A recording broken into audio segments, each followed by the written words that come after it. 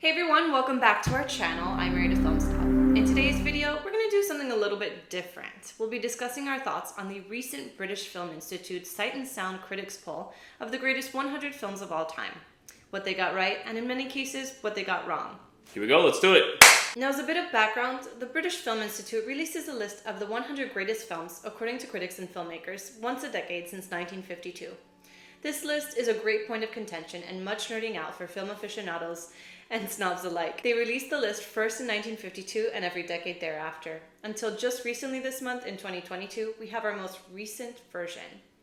We'll be discussing the critics list, as Jose has bigger gripes with that one, since the director's list is not as forcefully political and seems more genuine. Now the title of this video, Distorted Woke Reappraisal, comes from a recent quote from filmmaker Paul Schrader, who's actually brave enough to speak up and question some of the choices of this most recent list.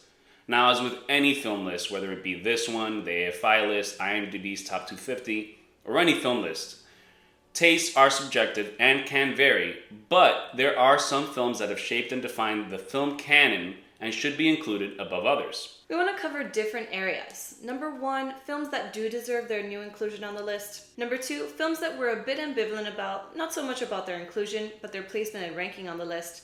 Number 3, films we don't think deserve to be included at all. Number 4, films that have been unjustly eliminated in this new list. And finally, number 5, a film that has slipped Jose's radar all these years. Even me, I miss a couple here. Now first, before we get into the negative, let's start with the positive. I do want to discuss some of the new additions that do rightfully deserve to be included in this new, more inclusive list. Let's work our way down in descending numerical order. The Senegalese film Black Girl by Ousmane Sembène rightfully deserves to be included and is a great exploration of post-colonialism, national longing, and female identity that feels as relevant today as when it was released in 1965. Oh yeah. Its ranking at number 95 is well placed. Julie Dash's Daughters of the Dust has been wrongfully overlooked for decades, and we're happy to see it included because it's truly a beautifully crafted narrative that is sumptuously shot and filled with lush visuals, and also richly layered with Afrocentric myths and beliefs, all while being framed in a matriarchal perspective. This one has been ignored for too long, and we're glad to see its inclusion because it's simply a great film that also happens to have the additional caveat of being the first film by an African-American woman to gain a general theatrical release. Yep, we love this one. It's Yeah. a great film. Next on the list of films that do deserve inclusion, and I'm glad are finally added, is Killer of Sheep by Charles Burnett. Now this is a film that deserves to be included in any film canon, not as an important black film, but as an important American film, period. And it is filled with brilliant photography and dialogue. And it's made with a minuscule budget. Its depiction of life is both witty and achingly real, highlighting voices and showing people whose lives were relegated to the margins, and made by a filmmaker who truly understood their daily struggle without romanticizing it. So I'm glad this has been included now on the list. Yeah, it's incredible. Alright, next we have Daisies by Czech filmmaker Vera Chytilova. It's a hilariously fun, vividly inventive film, brimming with anarchic creativity that is also a landmark feminist wonder, where nothing is sacred.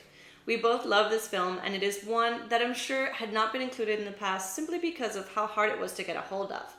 But thanks to the Criterion Collection unearthing it, first as part of their Pros of the Czech New Wave Eclipse series, and then in a restored Blu-ray, it has now gotten the reach it deserves. We've seen this film in a theater with a full sold-out audience, and it was magically engaging, and everyone had a blast. Yeah, the whole theater was going crazy. Oh, as like progressively each thing, like these two girls' actions got progressively crazier and more. And especially at that huge the dinner scene table. at the end, yeah, it's crazy. Insane. So. And lastly, a film that fits perfectly between our first topic of meriting inclusion, but then leaving me a bit ambivalent about its placement and ranking, is Maya Deren's Meshes of the Afternoon. Now this 14-minute film is an amazing surrealist dream that was incredibly formative in the avant-garde school of filmmaking, which most definitely merits inclusion in film history, and I'm glad it's finally being included. But going from never being included in any of the prior lists before, to now number 16 of all time. Yeah, it's a bit much. It's quite a jump for a 14-minute film. So did people all of a sudden wake up to Maya Deren after all these years? I mean, I guess they don't have much film history, because it's a little convenient when the tide seems to be shifting towards female directors. Yeah. Now, Deren was a great director before we needed to remind ourselves that there existed great female directors. On a related note, her documentary Divine Horsemen, The Living Gods of Haiti, about Haitian dance and voodoo, is amazing and showed her skills beyond Meshes of the Afternoon. So she's a great filmmaker that deserves to be included in any canon, but number 16 is like It's a quite bit the of jump. a stretch. So, yeah. Which leads us to the second category of films that might or might not merit inclusion, but whose ranking on the list definitely needs to be questioned. Again, in descending order. Now, in any of these lists, animation is largely and unfairly neglected, and I'm glad they included something from Studio Ghibli, but having two of their films at number 75 and number 72 seems to narrow the animation field and focus too much on anime. Now, for me personally, Grave of the Fireflies would have been a more poignant choice. Not to mention the cyberpunk and ultraviolent Akira. But again, the inclusion and placement of Spirited Away and My Neighbor Totoro back to back comes at the cost of not including some great Disney and or Pixar films. I would say Toy Story is a landmark of animation that should be included, so I would eliminate one of the two currently included to make room for something like this.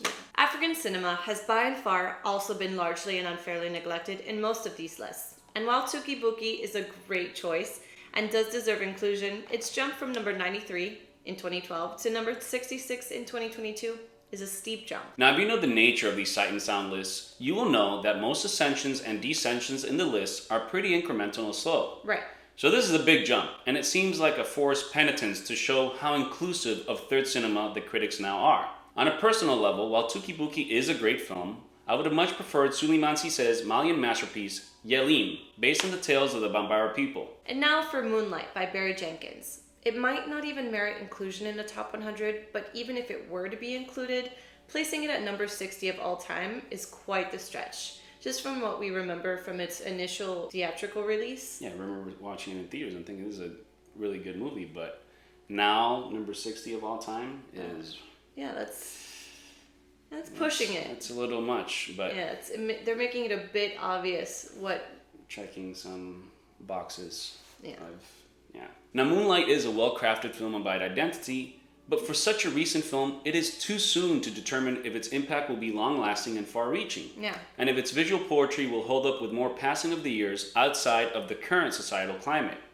I might even be inclined to say it belongs to my later list of films that shouldn't even be included at all, but we will leave it in the merits inclusion category for the moment. Yeah. Spike Lee's Do the Right Thing most definitely merits inclusion because its subject matter was incredibly powerful for the time, but has somehow become even more accurate in today's social landscape. Now, Do the Right Thing has the most important characteristic of all of a great film, which is that it was a direct product of its time and social climate, but whose message of racial tension has stood the larger test of time to remain as relevant today.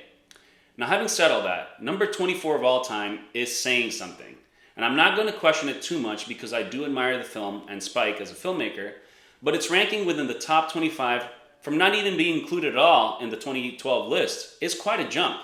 That makes you wonder if the merit of the film individually has been superseded by the political and social weight it comes with. Now let's skip Claire Denis' Beau Travail that went from number 78 in 2012 to now being number 7 in 2022.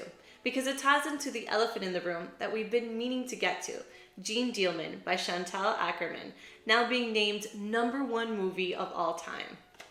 Now let me start out by saying Jeanne Dielman is a revolutionary film that most definitely deserves inclusion in any list. You could even easily say in the top 50 of any list. The film bravely questioned our perception of filmic time, because most films focus on the highlight of stories, whereas Dielman confronts the mundane doldrum that is often ignored in the medium of film, and instead emphasizes and quietly observes the spaces between the grandiose moments, all while very subtly layering feminist undertones of identity and contemplating the duality of women roles. Yeah. Now I can see how a film like Jeanne Dielman has influenced other directors and even spaces outside of conventional films, even as far-reaching as performance art.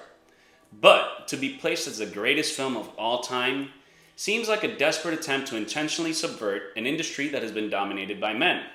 It feels like a bit forced to have Akerman and Denis' film climb so abruptly, especially Ackerman's, to the most coveted spot of cinema history.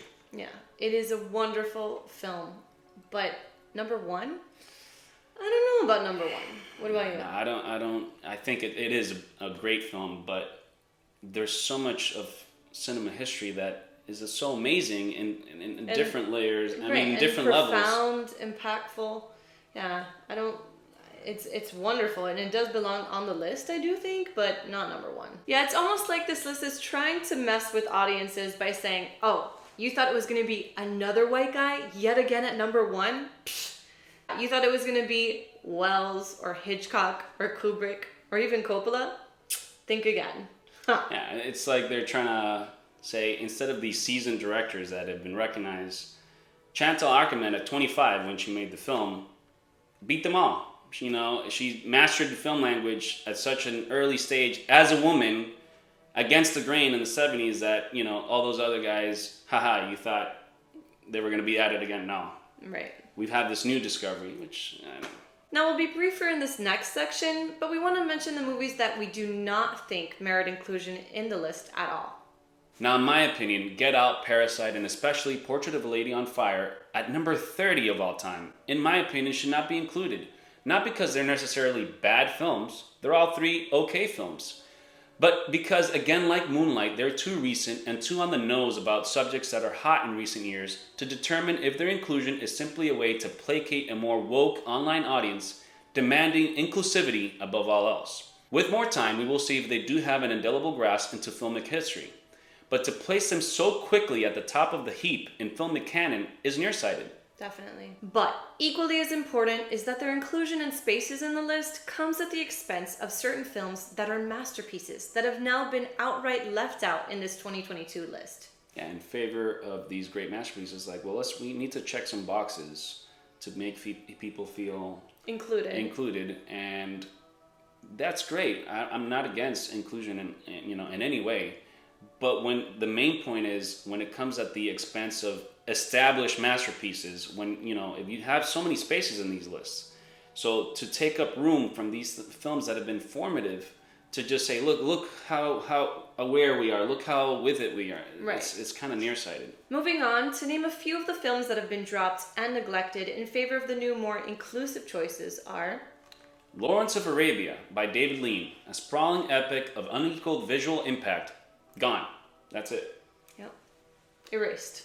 Another film gone from the list now is Raging Bull by Martin Scorsese, one of my favorite films of all time that is also one of the most formative and accomplished films that has singularly shaped a generation of filmmakers that saw it.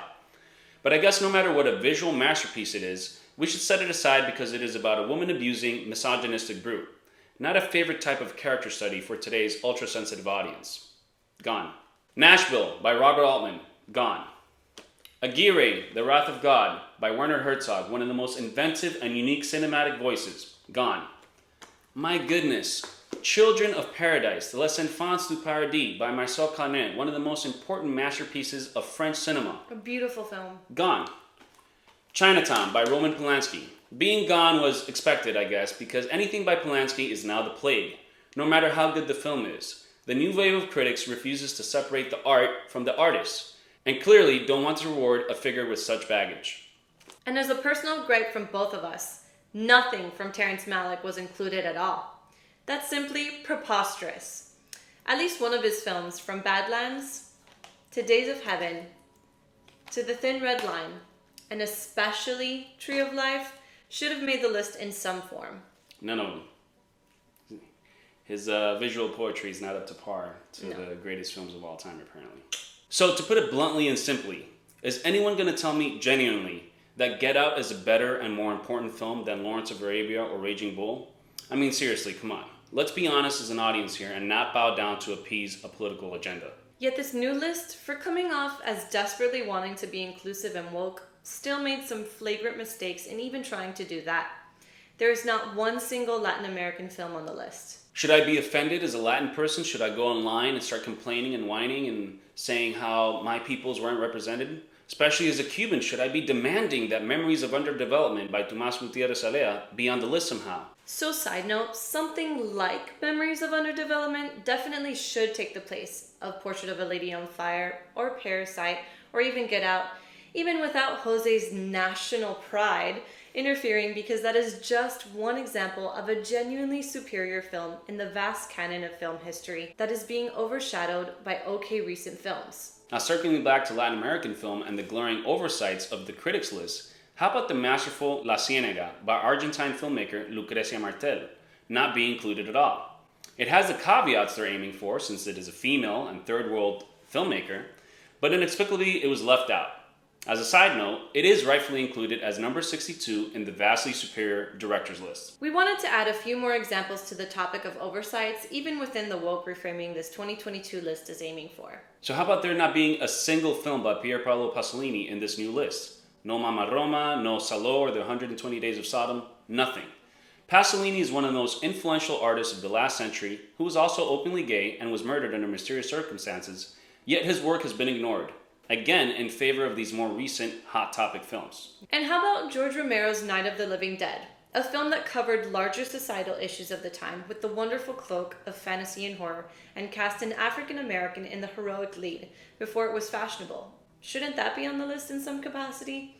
I guess having a white male director diminishes its chances. Now let's say the critics wanted to check the boxes of woman, minority, and being a recent release to show it's not just a list of old, boring, and irrelevant films. How about Chloe Zhao's Nomadland? Yeah, it's a great recent film with its pulse directly connected to current American disenfranchisement. That's amazing all on its own, but happens to have a female minority director with a female acting lead to boot, which deserved all the accolades it got. Not solely because it was made by a female minority, but because it was simply great, no matter what persona made it. Yeah, when she won the Academy Award for Best Director, I thought, genuinely, I don't know if the Academy did it because she's a female Asian, but I thought she was the best director, period. And she deserved to win. For once, I agreed with the Academy, Best Director Oscar. Yeah. And it's a beautiful, amazing film. And if they wanted to include more recent, within this sphere of more wokeness, I think this would have been a great choice instead of those other ones. Yeah. Now, to close this out, I want to circle back to Paul Schrader with his quote, which I'm sure he'll get skewered for, and also his exclusion from the list. His film, Mishima, A Life in 4 Chapters, is a genuine masterpiece with beautiful visuals, a haunting score by Philip Glass, and amazing performances depicting the life of Yukio Mishima, a Japanese poet, author, playwright, filmmaker, activist, and political revolutionary who committed ritual suicide to support his views. Shouldn't a masterpiece like Schrader's film be included, even if he is an old guard white guy? Yeah. It's a beautiful film. If you haven't seen it, please watch it. Yeah, quick recommendation in the middle of this. Now, last thing we want to mention is that one of the few good things these lists do is that it leaves the door open to new discoveries for new film fans and even snobs like myself. Yeah. Within the framework of this larger conversation, there are films like Wanda by Barbara Loden that have slipped my radar all of these years, and their inclusion seemingly out of left field have left me very curious to go discover it and seek it out. Mm-hmm. Now, since I haven't seen Wanda, I can't pass judgment on whether or not it is being deserving of inclusion or it is trying to serve a certain agenda. But know that especially now, I will make it a point to watch it. So when this new list came out, I rewatched and Kristen watched for the first time Jeanne Dielman. Were you genuinely surprised by it? Genuinely surprised, yes. I thought I wasn't going to like it at all. I thought it was going to be a waste of time. But I completely understand its merit and why it's included in the list at all. Again, like I said, at number 1, it's a little bit of a stretch, but I ended up really enjoying this film. And Ackerman just picks up on those little details that we do every day that we forget. I'll give one example. The character is she's trying to open a box that she just received in the mail, and she's struggling. So she finally gets frustrated and goes off and runs and gets scissors. How many times has that happened to you? The movie is amazing at, realizing life happens in these in-between moments. Right. And that's the important part of life that we live with every day. But films never show. Films always show the heroic moment or the exciting moments. Or the sex scenes. But life is about those empty spaces where we are just cleaning dishes. Right, or bathing. Yeah. So it's completely deserving of being recognized. Yeah, it went against the grain of subject matter, timing, depiction of the passage of time. Yeah. And I can see how it influenced, even as a director that we admire. Like, if you watch Bela Tarr's last film, The Turin Horse, it's a very similarly paced thing where you just watch people be. Right. There's people eating potatoes in that one too. I guess eating potatoes is common. I think they prepare dinner. No? They prepare dinner, and it's the whole process of this thing, and I love that film. So I think it is an important film, but that meteoric rise is a little like heavy-handed. It's trying to show, look, women are now the forefront of filmmaking, and they have been for all these years, so forget everything you might have learned. Yeah. I don't know. Yeah. Let us know your comments below if you agree or disagree with our opinions. Yeah, let us know which ones you thought should be included, if we're wrong, if we're right. Right, and what you think should have been number one. I'm really interested to see your comments. So thanks for watching. Subscribe and turn on notifications so you don't miss more Film Snob reviews.